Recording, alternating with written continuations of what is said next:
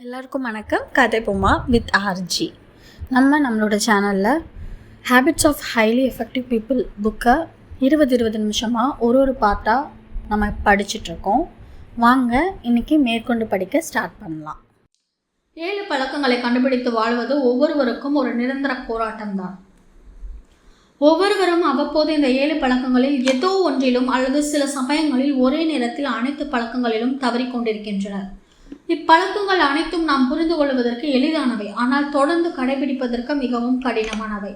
அவை பொது அறிவு சார்ந்த விஷயங்கள். ஆனால் பொது அறிவு எப்போதும் எல்லோரிடமும் பொதுவாக காணப்படும் விஷயம் அல்ல. தனிப்பட்ட முறையில் எந்த பழக்கத்தை கடைபிடிப்பதற்கு நீங்கள் அதிகமாக சிரமப்படுகிறீர்கள்? 5வது பழக்கம்.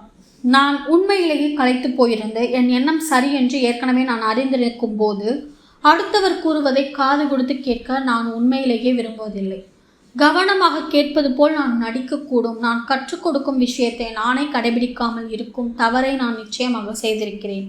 அடுத்தவரை புரிந்து கொள்ளும் நோக்கத்தில் அவர் கூறுவதை செவிமடுப்பதற்கு பதிலாக அவருக்கு பதில் கூறும் நோக்கத்துடன் நான் கேட்கிறேன். உண்மையில் ஒரு விதத்தில் பார்த்தால் நான் தினமும் 7 பழக்கங்களுடன் போராடி கொண்டிருக்கிறேன். அவற்றில் எதையும் நான் வெற்றி கொண்டதில்லை. நாம் ஒருபோதும் மேதமை பெறாத வாழ்க்கை கோட்பாடுகளாக அவற்றை நாம் பார்க்கிறேன். நாம் அவற்றில் வல்லவர்களாக ஆவதை நெருங்கும் சமயத்தில் நாம் உண்மையிலேயே கடந்து செல்ல வேண்டிய தூரம் இன்னும் ஏராளமாக இருக்கிறது என்ற விழிப்புணர்வு நமக்கு ஏற்படுகிறது. நமக்கு அதிகமாக தெரியாதது அதிகமாக இருக்கிறது என்பது நமக்கு தெரிய வருகிறது.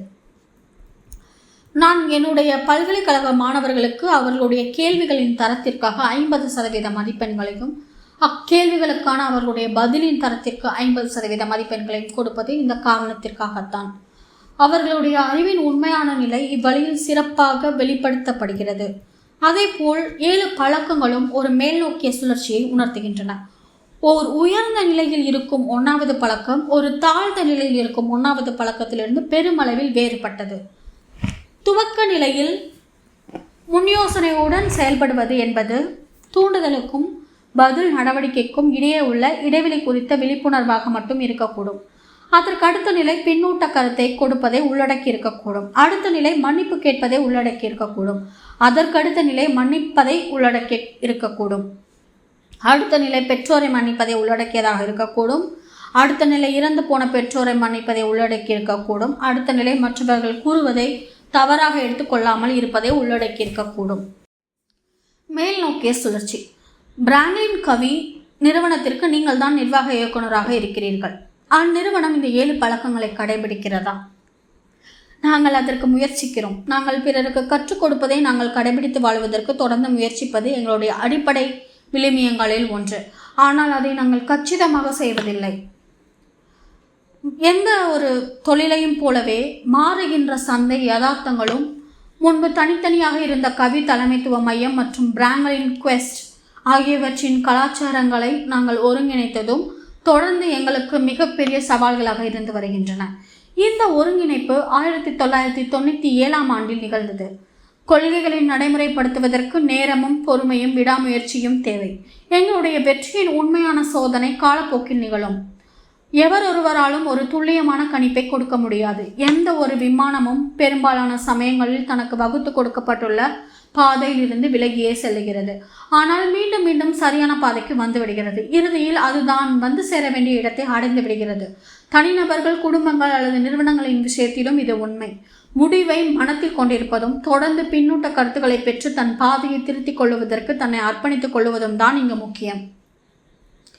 ஏன் 7 பழக்கங்கள்? அது ஏன் 6 அல்லது 8 அல்லது 10 அல்லது 15 பழக்கங்களாக இருக்கக்கூடாதா? 7 என்ற எண்ணில் அப்படி என்ன புனிதத்துவம் இருக்கிறது? 7 என்ற எண்ணில் எந்த புனிதத்துவமும் இல்லை. இயல்பாக தனிப்பட்ட வெற்றிக்கான 3 பழக்கங்கள், பொது வெற்றிக்கான 3 பழக்கங்கள் முந்தி வருகின்றன. பிறகு இன்னொரு பழக்கம் மீது 6 பழக்கங்களையும் புதுப்பிப்பதற்காக உள்ளது.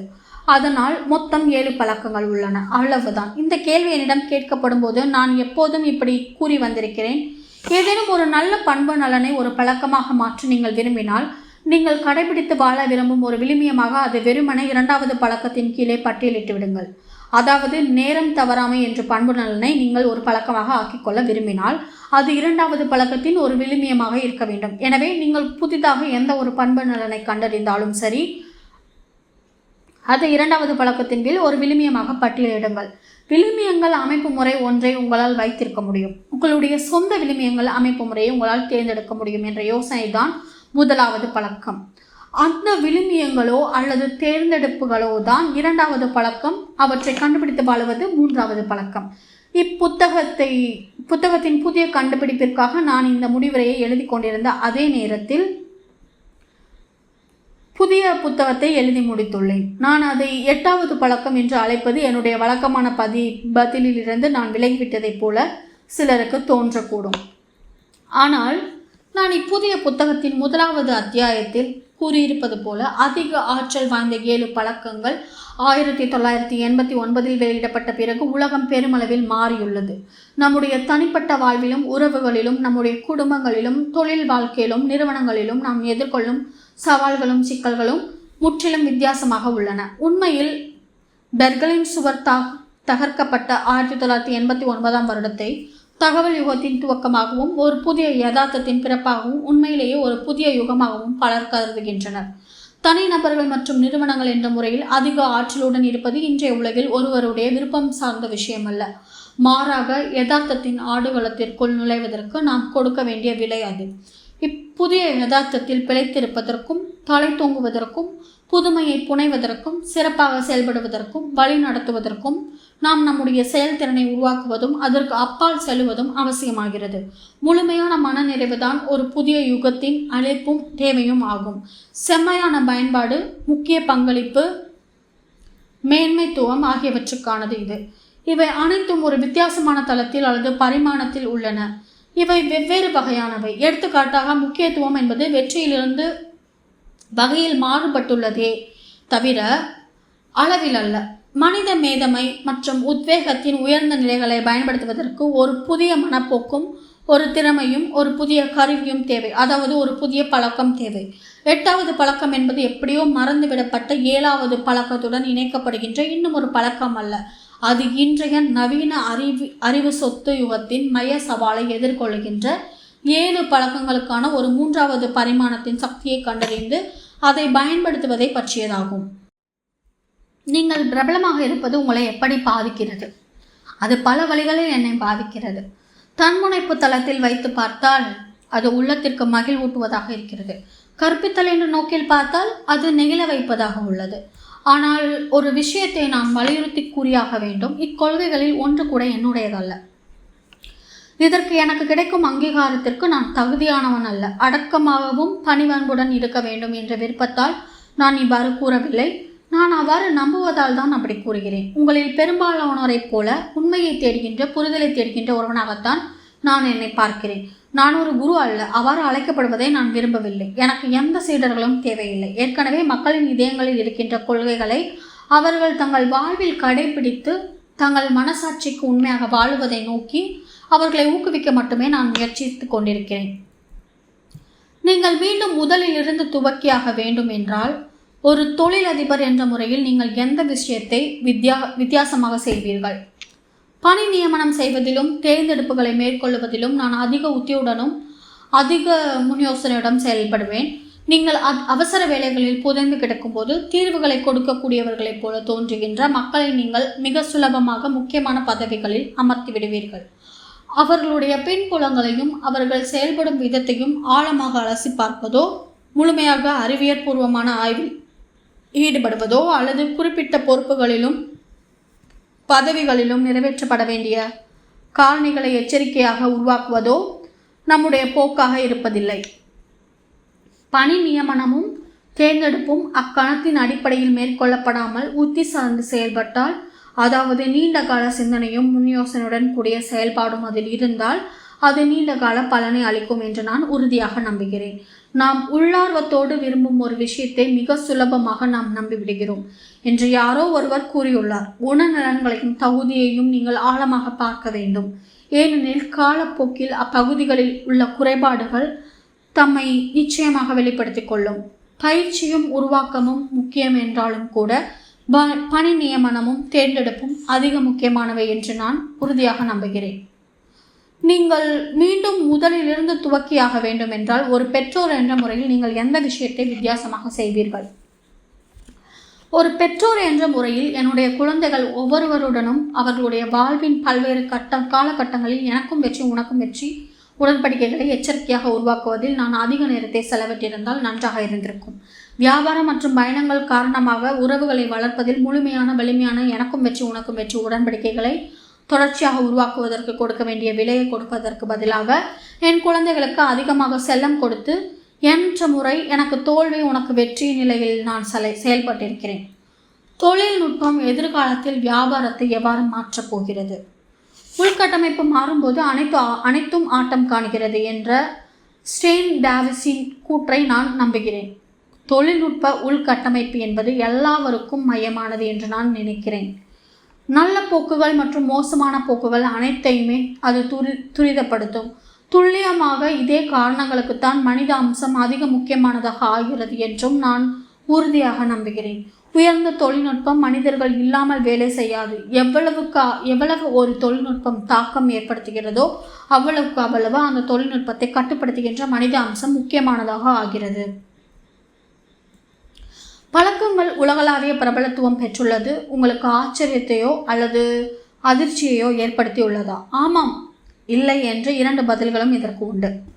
இது உலகளாவிய ஒரு கொள்கையாக ஆகும் என்றோ இதில் இடம்பெற்றிருக்கும் ஒரு சில வார்த்தைகள் அமெரிக்கர்களின் ஒரு பகுதியாக மாறும் என்றோ நான் ஒருபோதும் நினைத்ததில்லை. இந்த வகையில் உங்கள் கேள்விக்கு நான் ஆமாம் என்று விடையளிக்கிறேன். அதே நேரத்தில் இப்புத்தகத்தில் கொடுக்கப்பட்டுள்ள விஷயங்கள் 25 ஆண்டுகளுக்கு மேலாக பரிசோதிக்கப்பட்டு வந்துள்ளதாலும் இது நான் கண்டுபிடித்திராத கொள்கைகளின் அடிப்படையில் அமைந்துள்ளதாலும் இது வேலை செய்யும் என்பதை நான் நிச்சயமாக அறிந்திருந்தேன். அந்த வகையில் பார்க்கும்போது உங்கள் கேள்விக்கு நான் இல்லை என்று பதில் சொல்லியாக வேண்டும். சிறுமியருக்கு 7 பழக்கங்களை நீங்கள் எவ்வாறு கற்றுக் கொடுக்க தொடங்குவீர்கள்? குழந்தைகளை வளர்ப்பதில் ஆல்பர்ட் ஸ்வைட்சரின் 3 அடிப்படை விதிமுறைகளை நான் கடைபிடிப்பேன் என்று நினைக்கிறேன். முதலாவது எடுத்துக்காட்டு, 2வது எடுத்துக்காட்டு, 3வது எடுத்துக்காட்டு. ஆனால் அதை நான் இவ்வாறு சற்று மாற்றியமைப்பேன். முதலாவது எடுத்துக்காட்டு, 2வது அக்கறை செலுத்துகின்ற மற்றும் உறுதிப்படுத்துகின்ற ஒரு உறவை வளர்த்தெடுப்பது, 3வது பழக்கங்களின் அடிப்படையாக இருக்கின்ற எளிய யோசனைகளில் சிலவற்றை குழந்தைகளுக்கு அவர்களுடைய மொழியில் கற்றுக் கொடுப்பது. 7 பழக்கங்களை பற்றிய ஒரு அடிப்படையான புரிதலை பெறுவதற்கும் அதன் ஊடாக சில குறிப்பிட்ட சொற்களை அவர்கள் தெரிந்து கொள்வதற்கும் அவர்களுக்கு உதவுவது. கொள்கைகளின் ஊடாக தங்களுடைய சொந்த அனுபவங்களை எவ்வாறு ஆய்வு செய்வது என்பதை அவர்களுக்கு காட்டுவது. குறிப்பிட்ட எந்த கொள்கைகளும் பழக்கங்களும் தங்களுடைய வாழ்வில் வெளிப்படுத்தப்படுகின்றன என்பதை அவர்கள் அடையாளம் காண செய்வது. என்னுடைய மேலதிகாரிக்கு, வாழ்க்கை துணைவர், குழந்தை, நண்பர் போன்றோருக்கும் 7 பழக்கங்கள் புத்தகம் உண்மையிலேயே தேவை. அவர்களை அதை படிக்க செய்வதற்கு நான் என்ன செய்ய வேண்டும் என்று நீங்கள் பரிந்துரைக்கிறீர்கள்? அவர்கள் மீது நீங்கள் எவ்வளவு அக்கறை கொண்டிருக்கிறீர்கள் என்பதை அவர்கள் அறிந்து கொள்ளாதவரை நீங்கள் எவ்வளவு விஷயங்களை தெரிந்து வைத்தீர்கள் என்பதை பற்றி அவர்களுக்கு அக்கறை இல்லை. முதலில் நம்பிக்கைக்கான ஒரு எடுத்துக்காட்டாக இருந்து அதன் அடிப்படையில் நம்பிக்கையும் வெளிப்படைத்தன்மையும் நிறைந்த ஓர் உறவை உருவாக்குங்கள். பிறகு 7 பழக்கங்கள் உங்களுக்கு எவ்வாறு உதவியுள்ளன என்பதை அவர்களுக்கு காட்டுங்கள். 7 பழக்கங்கள் உங்கள் வாழ்வின் ஊடாக உங்கள் செயலில் பிரதிபலிப்பதை அவர்கள் பார்க்கட்டும். பிறகு பொருத்தமான நேரத்தில் ஒரு பயிற்சி திட்டத்தில் கலந்து கொள்வதற்கு அவர்களுக்கு நீங்கள் அழைப்பு விடுக்கலாம், அல்லது உங்களுடைய புத்தகத்தை அவர்களுடன் பகிர்ந்து கொள்ளலாம், அல்லது சரியான நேரம் பார்த்து இப்புத்தகத்தின் சில அடிப்படை யோசனைகளை நீங்கள் அவர்களுக்கு கற்றுக் கொடுக்கலாம். உங்களுடைய பின்புலம் என்ன? 7 பழக்கங்கள் புத்தகத்தை நீங்கள் எப்படி எழுதினீர்கள்? என்னுடைய தந்தையின் காலடிகளை பின்தொடர்ந்து நான் எங்களுடைய குடும்ப தொழிலில் ஈடுபடுவேன் என்று எல்லோரும் நினைத்தனர். ஆனால் வியாபாரத்தை விட தலைவர்களுக்கு கற்றுக் கொடுப்பதையும் அவர்களுக்கு பயிற்சி அளிப்பதையும் நான் வெகுவாக விரும்பினேன். நான் ஹார்வர்ட் பிசினஸ் பள்ளியில் இருந்தபோது நிறுவனங்களின் மனித வளத்துறையில் எனக்கு ஆழமான ஆர்வமும் ஈடுபாடும் ஏற்பட்டது.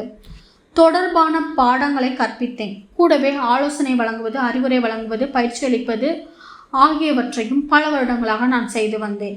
அந்த நேரத்தில் வரிசை முறை மற்றும் சமநிலையுடன் கூடிய கொள்கைகள் அமைப்பு முறை ஒன்றை சுற்றி ஒருங்கிணைக்கப்பட்ட தலைமைத்துவம் மற்றும் நிர்வாக உருவாக்க திட்டங்களை உருவாக்குவதில் நான் ஆர்வம் கொண்டேன்.